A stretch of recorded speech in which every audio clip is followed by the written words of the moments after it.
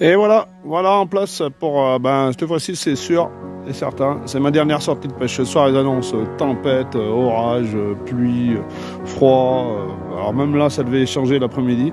Mais finalement, j'avais quelques heures, donc je me suis dit, autant récupérer un peu de mon énergie à la pêche. Parce que c'est vraiment que je récupère de l'énergie là, parce que j'en perds beaucoup en dehors. Donc c'est vraiment le calme attendu. Et voilà, et là je suis donc, comme vous pouvez voir, dans la Loire.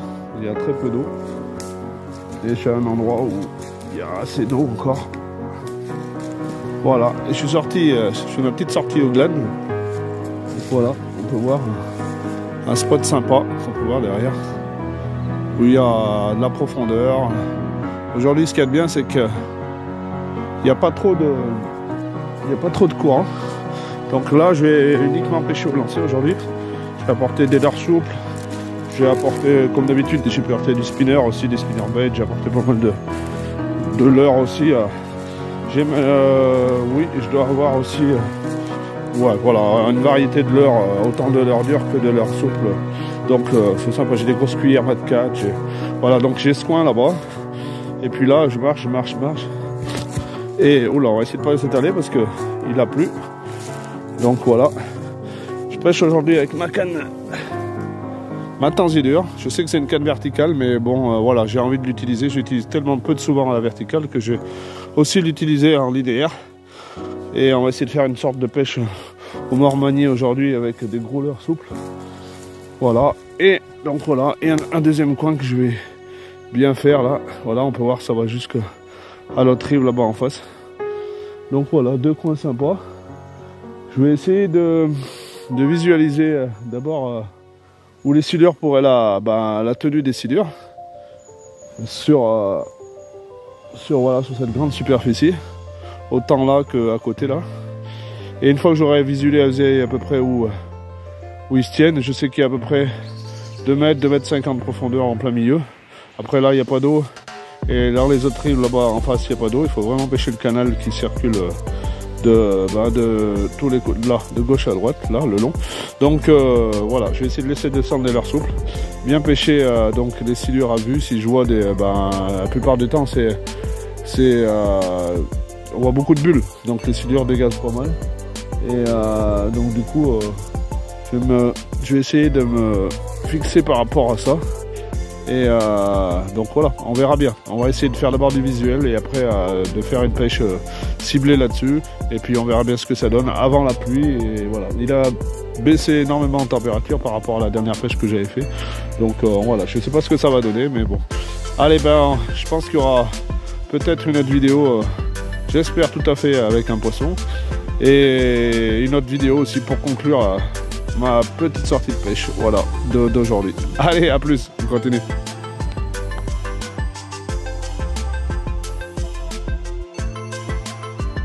voilà, pas mal de lancers au-dessus pour le moment, mais ça n'a pas rapporté. J'ai changé 3-4 fois de l'heure. Impossible de voir les silures décompressées, c'est très dur, en plus avec le vent qui fait. Là, je pêche avec un gros leurre, on peut voir. À l'heure de 15 cm, bien plombé. Donc voilà, je suis toujours avec la canne de Jean-Claude, même si elle n'est pas adaptée pour le moment, elle fait le boulot, on va dire. Donc voilà, donc je visualise les décompressions de silures. Pour le moment, j'en ai vu une, mais assez loin, donc j'ai pas pu l'attendre. Et voilà, je lance à la berge opposée. Voilà, j'attends que ça se mette en place, ça se tende.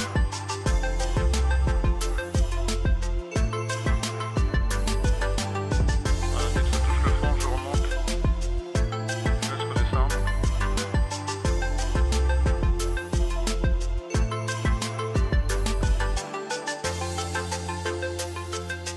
Je fais attention parce que voilà, le canal il est bien là au milieu.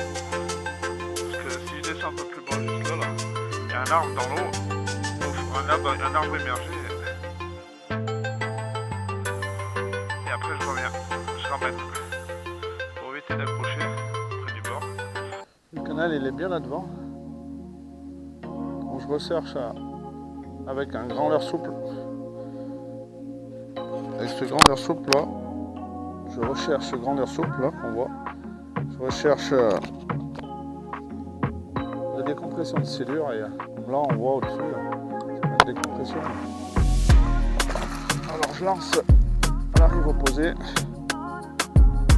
Voilà, je laisse couler.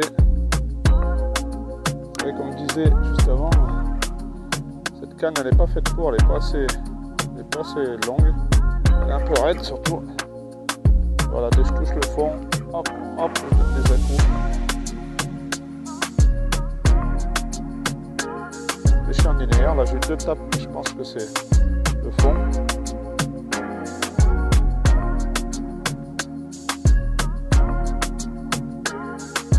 Voilà, dès que j'arrive près du bord, en fait, je ramène pour éviter d'accrocher parce qu'il y a beaucoup moins d'eau de ce côté-là.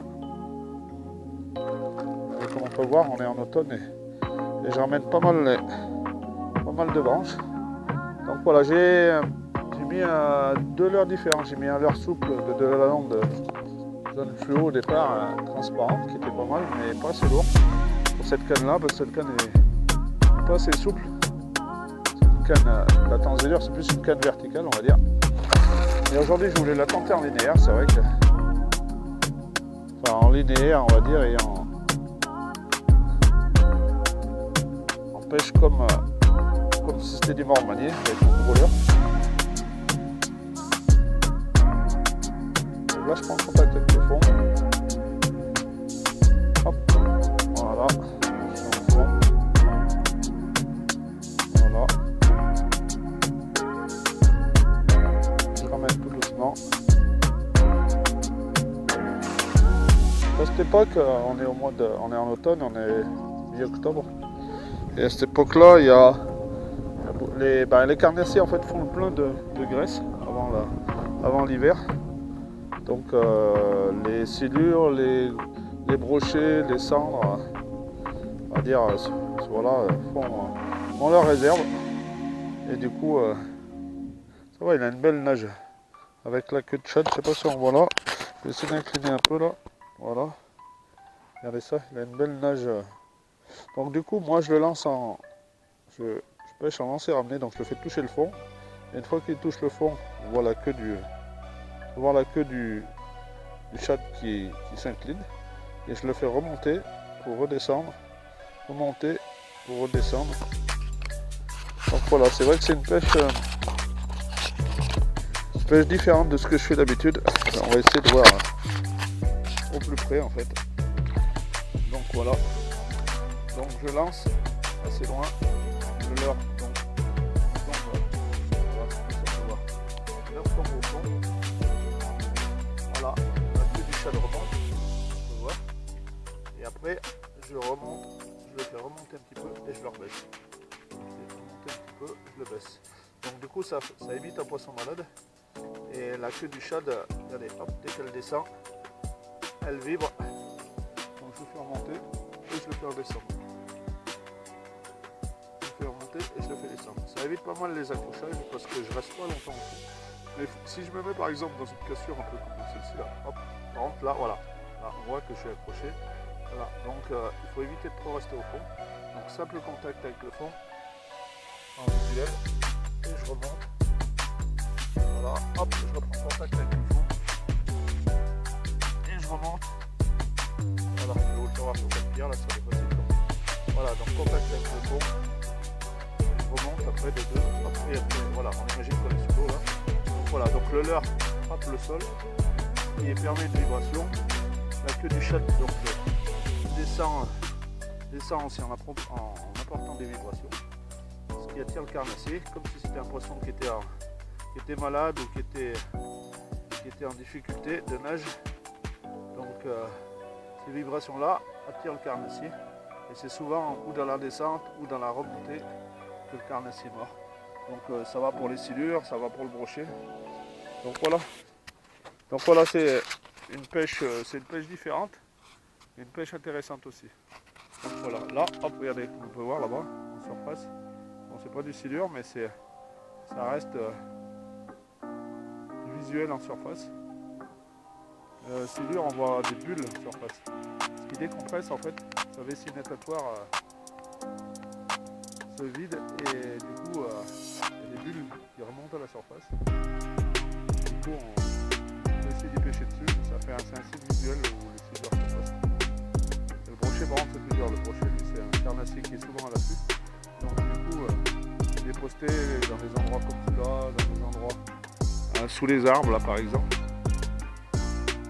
Mais bon, c'est vrai que c'est jamais simple de trouver des carnassiers. Donc, allez, on continue. Je vais continuer avec ce grand leurre là. Et puis, on verra bien si ça apporte quelque chose. Et puis, on se déplacera sinon. Allez, bah c'était Fred, je continue, même si les résultats ne sont pas forcément là pour le moment. Je prends du plaisir, c'est l'essentiel. Toujours à la recherche de Mister Silure en particulier, ou d'un brochet, si un brochet veut voir, on ne sait jamais. Donc voilà, allez, on continue. Bon ben voilà, bien galère, il se met à pleuvoir, il y a du vent, voilà, un vrai temps d'automne, hein. Ça c'est sûr que...